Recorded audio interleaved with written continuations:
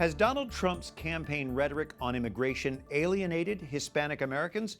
Perhaps some, but certainly not all. Dr. Grazie Christie, Senior Policy Advisor to the Catholic Association, joining us. Gracie, you are a descendant of Cuban immigrants. You live in Miami. How did the Cuban community there in Miami vote last week? Well, the Cuban Americans went for Trump in a big way. And some people say that it might have carried the state of Florida towards Trump and away from Clinton.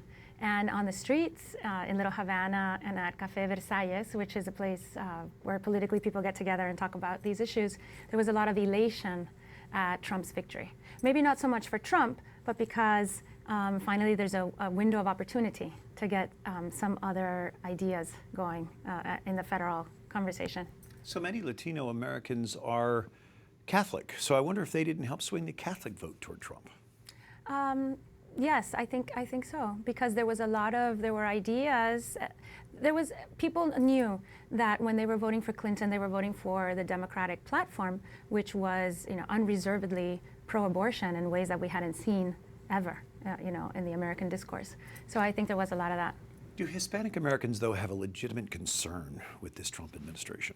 There was some rhetoric that Trump used that scared Latinos, especially people who are here, maybe not even illegally, but in ways that are not entirely permanent, like maybe they're not even residents. And there was some rhetoric that scared them. But I think more to blame than his rhetoric was the way that the Spanish language television newscasters and the stations kept reiterating the fact that they were going to be in danger if Trump was elected. So there is definitely fear on the streets, but a lot of it has been ginned up by anti-Trump activists. Gracie, hypothetically, the president-elect asks for your advice on this issue.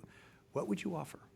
I would say, remember that the people who are scared, Hispanics who are scared, it's not their fault they're scared. There has been rhetoric used, and they've been turned into a massive fear. He needs to address those fears and speak frankly and with the tenderness that has to be part of the American conversation to a country as beautiful as ours.